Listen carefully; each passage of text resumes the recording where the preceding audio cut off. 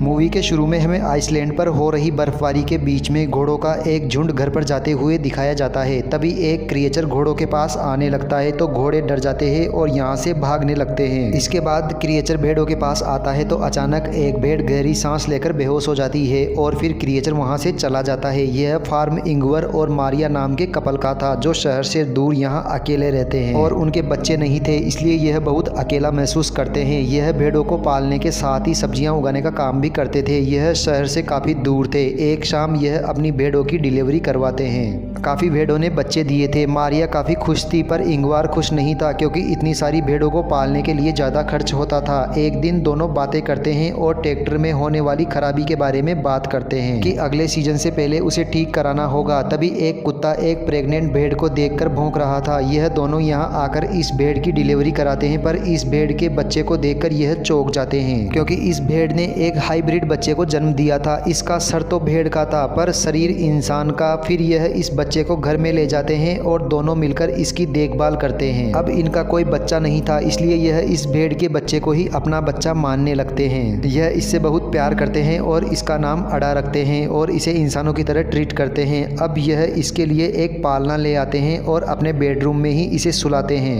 अब कुछ दिन बाद अड़ा की माँ अपने बच्चे को आवाज़ लगाकर बुला रही थी मगर मारिया उसे वापस नहीं करती। फिर इंगवर देखता है कि मारिया इसे अपने बच्चे की तरह पाल रही है तो यह इमोशनल हो जाता है और रोने लगता है। पर इस बच्चे के आने से दोनों की ज़िंदगी खुशहाल बन गई थी। एक दिन इंगवर ट्रैक्टर ठीक करने की कोशिश कर रहा था तो उसका डॉग खेत की तरफ इशारा करके कुछ दिखा रहा था मगर इंगवर कुछ समझ नहीं पाता और यह इसे इग्नोर कर देता है। अब समय गुजरता है और अड़ा की माँ अपने बच्चे की तलाश में घर के पास आकर खड़ी रहती है मगर मारिया इसे दूर कर देती है। एक सुबह मारिया खेत में काम करने के लिए जाती है और इंगवर से बच्चे की देखभाल करने के लिए कह जाती है मगर इंगवर काम करने के लिए शेड में चला जाता है और गेट खुला छोड़ जाता है। जब मारिया वापस आकर अड़ा के बारे में पूछती है तो वह बताता है कि मैंने जाने से पहले उसे बेडरूम में ही सुला दिया था। यह बेडरूम में देखने जाते हैं पर वहाँ अड़ा नहीं होता तो यह काफ़ी डर जाते हैं और घर के चारों तरफ ढूंढते हैं। मारिया काफ़ी टेंशन में आ जाती है तो इंगवर इसे शांत करता है। अब यह अड़ा को अपने पूरे एरिया में ढूंढते हैं पर वह इन्हें कहीं दिखाई नहीं देता, इसलिए थक हार कर दोनों घर की तरफ जाने लगते हैं तो इन्हें भेड़ की आवाज़ सुनाई देती है। यह जब जाकर देखते हैं तो पता चलता है कि अड़ा की माँ अड़ा को बाहर लेकर आई थी। फिर यह उसकी माँ से बच्चे को छीनकर उसे ठंड से बचाने के लिए ढक देते हैं और घर जाने लगते हैं। अड़ा की माँ पीछे आती है तो मारिया गुस्सा होती है। अब कई समय बाद अड़ा बड़ी हो जाती है और यह इस परिवार का हिस्सा बन चुकी थी। अब मारिया और अड़ा एक दूसरे के बिना नहीं रह सकती थी।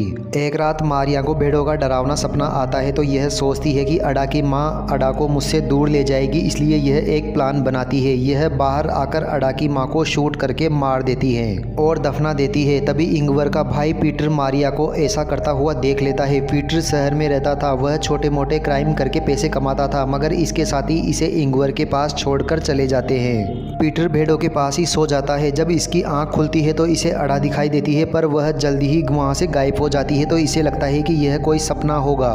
सुबह पीटर इंगवर से मिलता है। इंगवर खुश होता है क्योंकि यह काफ़ी समय बाद आया था। फिर जब यह नाश्ता करते हैं तो यहाँ अड़ा भी आ जाती है। मारिया पीटर को अड़ा से मिलवाती है। फिर आगे मारिया और अड़ा साथ नहा रही होती हैं। इसी दौरान पीटर और इंगवर घर को पेंट कर रहे थे। फिर पीटर अंदर आता है और इन दोनों को साथ देखता है तो यह इंगवर से पूछता है कि यहाँ क्या चल रहा है तो इंगवर बस इतना बोलता है कि उनका परिवार खुश है। फिर रात को पीटर फिर से पूछता है तो इंगवर कहता है कि वह इसके बारे में बात नहीं करना चाहता। तुम जब तक चाहे यहाँ रह सकते हो पर हमारी पर्सनल लाइफ में इंटरफेयर मत करो। रात को मारिया इंगवर से कहती है कि पीटर यहाँ कब तक रुकने वाला है। दरअसल पीटर मारिया पर अपनी गंदी नज़र रखता था। इंगवर कहता है कि वह बहुत जल्दी यहाँ से चला जाएगा। अक्सर वह उन लोगों से बचने के लिए यहाँ आता है। अगली सुबह तीनों मिलकर खेत में आलू लगा रहे थे और उनका डॉग अड़ा की देखभाल कर रहा था तो अड़ा डॉग को डराकर भगा देती है। फिर जब यह ब्रेक लेते हैं तो पीटर मारिया को छूने की कोशिश करता है और कहता है कि जिसे तुम इंसान समझकर घर में रख रहे हो वह सिर्फ एक जानवर है। तो मारिया यहाँ से चली जाती है। अगले दिन इंगवर पीटर से शेड की सफाई करने के लिए मदद मांगता है तो पीटर को यहाँ पर अपने पुराने ड्रम्स मिल जाते हैं तो यह उन्हें बजाने लगता है। तो म्यूजिक की आवाज़ सुनकर अड़ा भी यहाँ आ जाती है और इंजॉय करने लगती है। पीटर को यह पसंद नहीं आती और यह इसका मजाक उड़ाता है और बाहर ले जाकर जानवरों की तरह घास खिलाने लगता है।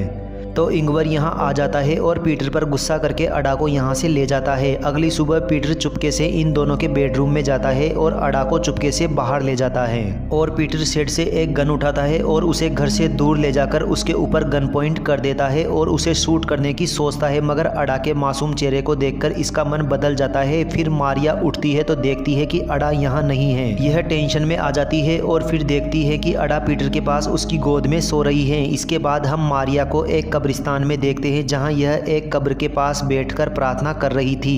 यहाँ हमें पता चलता है कि मारिया और इंगवर की एक बेटी थी जिसका नाम अडा था। किसी वजह से उसकी मौत हो गई थी, जिस वजह से यह दोनों काफी अकेले हो गए थे और इसी वजह से इन्होंने उस भेड़ का नाम भी अडा रखा था और यह इसे अपनी बेटी समझने लगे थे। फिर इंगवर को अपनी मरी हुई बेटी की याद आती है तो यह अडा को कहानी सुनाने लगता है। अक्सर पहले इन दोनों में दूरियां हो चुकी थी, पर जब से अडा आई थी तब से इन दोनों में नजदीकियां भी बढ़ चुकी थी। अब पीटर भी अडा को पसंद करने लगा था और उसे घुमाने बाहर ले जाता है, जिससे मारिया और इंगवर भी खुश थे। एक दिन पीटर अडा को मछलियां पकड़ने के लिए ले जाता है और उसे अपने और इंगवर के बचपन के बारे में सुनाता है। फिर जब यह वापस घर जा रहे थे तो रास्ते में इनका ट्रैक्टर खराब हो जाता है। पीटर ट्रैक्टर सुधारने की कोशिश करता है पर कामयाब नहीं हो पाता, इसलिए यह ट्रैक्टर को वहीं छोड़कर अडा को लेकर वापस घर आ जाता है। अब रात को सभी टीवी में एक मैच देखते हैं, पर इनकी फेवरेट टीम हार जाती है तो सभी दुखी हो जाते हैं। तो इसलिए मारिया सबको खुश करने के लिए पीटर की एक पुरानी वीडियो चला देती है। फिर जाकर इनका मूड ठीक होता है। फिर अडा इनको बिना बताए घर से बाहर आ जाती है। यहाँ यह उसी क्रिएचर को देखती है जो मूवी के शुरू में आया था, तो यह भागकर शेड में आती है और खुद को देखने लगती है। दरअसल इसके मन में अब शक होने लगता है कि यह मारिया और इंगवर की तरह क्यों नहीं दिखती, यह इसके असली माँ बाप नहीं है। उधर इंगवर नशे में होता है तो गिर जाता है। फिर पीटर उसको बेडरूम में ले जाता है तो अडा भी उसके साथ आकर सो जाती है, पर अडा अभी भी उस क्रिएचर के बारे में सोच रही थी जिसे इसने अभी देखा था। इसी बीच पीटर मारिया के पास आता है और उसे टच करने लगता है तो मारिया मना करती है, तो पीटर इसे ब्लैकमेल करता है कि मुझे पता है कि तुमने अडा की माँ को मार दिया है, अगर तुमने मना किया तो मैं अडा को सब कुछ बता दूंगा। मारिया मजबूरी में मान जाती है। तभी वह मौका पाकर पीटर को एक रूम में बंद कर देती है। पीटर दरवाजा खोलने को कहता है मगर मारिया इग्नोर करके चली जाती है। अगली सुबह मारिया पीटर के पास जाकर उसे घर से चले जाने को कहती है तो पीटर मान जाता है और वह उसे बस स्टॉप पर छोड़ने चली जाती है। इसी बीच इंगवर भी उठ जाता है और अपनी वाइफ और भाई को ढूंढने लगता है, मगर जब वह इसे नहीं मिलते तो यह अडा के साथ नाश्ता करके ट्रैक्टर को ले जाने लगता है। यहाँ मारिया पीटर को बताती है कि अडा उनके लिए एक गॉड गिफ्ट है और उसके साथ यह अच्छी जिंदगी बिताते हैं। मारिया पीटर से नाराज होने के बावजूद भी उसे कुछ पैसे देती है और घर की तरफ निकल जाती है। उधर इंगवर अडा को बताता है कि अगर वह रास्ता भूल जाए तो कैसे घर आ सकती है और वह ट्रैक्टर को सही करने लगता है, मगर यह भी ट्रैक्टर सही नहीं कर पाते और घर की तरफ जाने लगते हैं। उधर मारिया भी घर आती है और सोचती है कि अब यह इंगवर और अडा के साथ शांति से रह सकती है, मगर इसे भी वह दोनों दिखाई नहीं देते। तभी इसे गोली चलने की आवाज सुनाई देती है। मारिया डरकर जल्दी से फार्म की तरफ भागने लगती है। फार्म में उस क्रिएचर ने इंगवर को गोली मारकर मार दिया था। यह क्रिएचर भी आधा भेड़ और आधा इंसान होता है। अब इससे हमें पता चलता है कि यह क्रिएचर ही अडा का असली पिता है। अब यह क्रिएचर अडा का हाथ पकड़कर अडा को अपने साथ ले जाने लगता है। अब इंगवर के पास जाने के लिए अडा रोते हुए देखती है, मगर यह क्रिएचर इसका हाथ नहीं छोड़ता। फिर मारिया यहाँ आती है और इंगवर को मरा हुआ देखकर रोने लगती है। अब मारिया के पास कुछ भी नहीं बचा था, यह पूरी तरह से अकेली हो गई थी। फिर मारिया अपनी आंखें बंद करके सारी उम्मीदें खोकर रोने लगती है और यह सीन दिखाते हुए ही यह मूवी यहीं खत्म हो जाती है। दोस्तों, यह मूवी आपको कैसी लगी? अगर वीडियो पसंद आई हो तो चैनल को सब्सक्राइब कर दीजिए और वीडियो को लाइक कर दीजिए। मिलते हैं अगली मूवी के साथ।